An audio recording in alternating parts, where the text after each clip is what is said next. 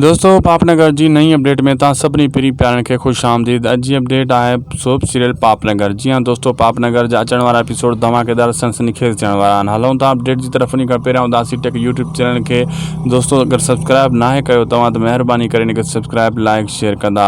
दोस्तों दरअसल जेको आहे पापनगर ड्रामे जे अचण वारे एपिसोड में हाणे तव्हां ॾिसंदो त जीअं ज़ुल्म आहे बलाज खान जो वधी वियो आहे, हुन पंहिंजे ॿिए भाउ खे बि पोइ किस्तनि में क़ैद कयो तव्हां ॾिठो।